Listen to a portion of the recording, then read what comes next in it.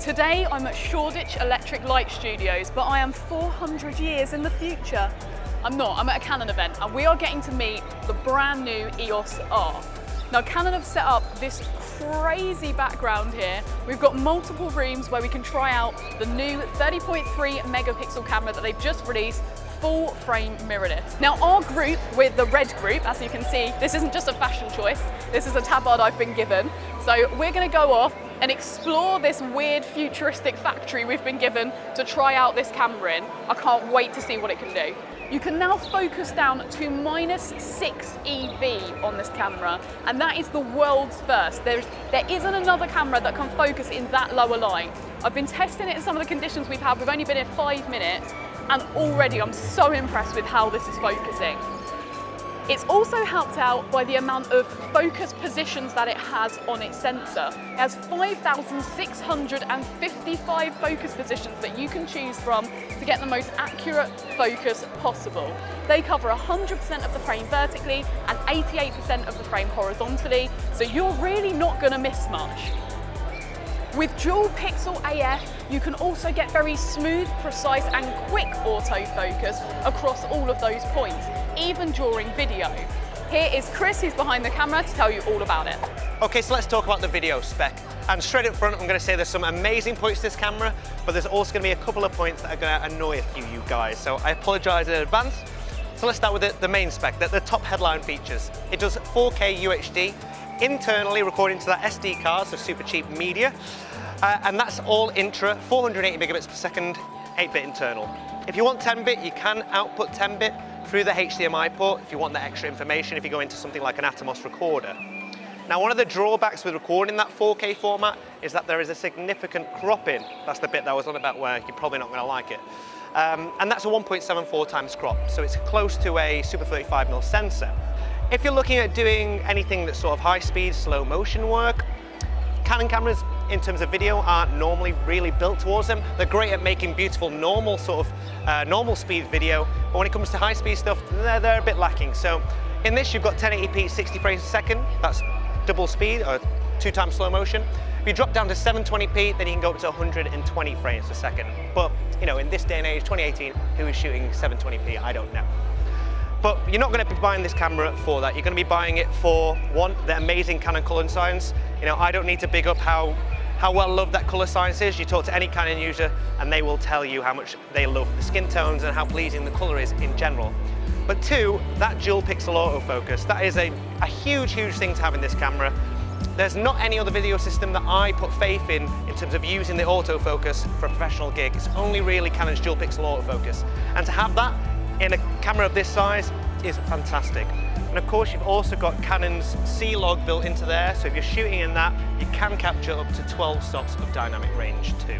So in terms of who this camera is for filmmaking, if you've already got a Canon EOS Cine camera, you know, C100 Mark II, C200, etc., and this is going to make a fantastic B camera for you. You've got 4K in there, you've got the same color science, and of course, if you use a recorder, you can do 10-bit as well. Also, equally, it's going to be great for vloggers, because obviously you've got that dual pixel autofocus. When you're filming yourself, along with that articulating screen, it's going to lock onto you. It's going to lock onto you like glue. So overall, a really impressive camera. Can't wait to use it a bit more. Body-wise, the build of this feels like a Canon. You can tell it's made by Canon. The build quality is good. Everything is where it's meant to be. But it is really a very new design. There are some very advanced features with this camera. So we have the normal things, nice big grip, an easy handhold, but we also have some things to make usability a bit easier. The on-off little lock is on this side. On the back, we have a touch bar here. I've programmed this for ISO and I'm finding it so useful. You can easily turn it on and off, and you can put it to all different types of settings to make shooting really simple for you. We also have different dials that you can set. It is an incredibly customizable camera, and that's actually one of the selling points for Canon, that when you get this camera, you might want to spend a week or so sitting down with the thing and finding out exactly how you want to use it, but once you have, my goodness, can you set it up to be quick for your uses. One of the biggest things about this camera is that it's been designed from the ground up, and we've got a brand new mount. It's a really large diameter, 54mm, but more importantly, it has a very small flange distance between the back of the lens and the sensor. And because of that, you can create incredible quality optics.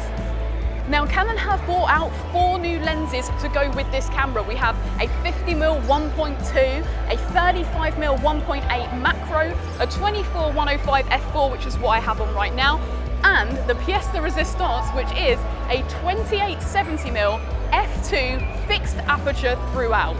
That is going to be a game-changing lens for a lot of people, and pair that up with this incredible low light performance, it's going to be amazing to try. Of course, a lot of you already have many lenses from Canon and you want to be able to keep using them. That's not a problem. Canon have released 3 adapters with this camera so that you can continue to use the existing range of EF and EFS lenses. We have a standard adapter that will take EF and EFS lenses to the new RF mount. We have an adapter with a control ring, which these lenses now feature. I'll talk a little bit more about that in a second. And we also have an adapter with a drop-in filter where you can have an ND filter or a circular polarizer, which is really easy to control with your thumb. Now, going back to that control ring, another customizable feature on the Canon is on the lens itself. On the front of all of their new lenses is this control ring here. This allows you to set ISO, shutter speed and aperture just by turning this ring, giving you an even easier way to control this camera and something else that's customizable to your needs. Now, of course, the EF and EFS lenses that already exist don't have that control ring capacity. So that is the reason for the control ring adapter. It means you can bring that lens kit that you have up to speed and make it even more usable with the new EOS R. Both of us, me and Kriss, are so impressed with the way it's performed. Every shot you've seen, other than the one you're seeing right now, has been shot on an EOS R, that's video and stills. And in these low light conditions, it has done amazingly. I can't wait to get a model to try out in the real world.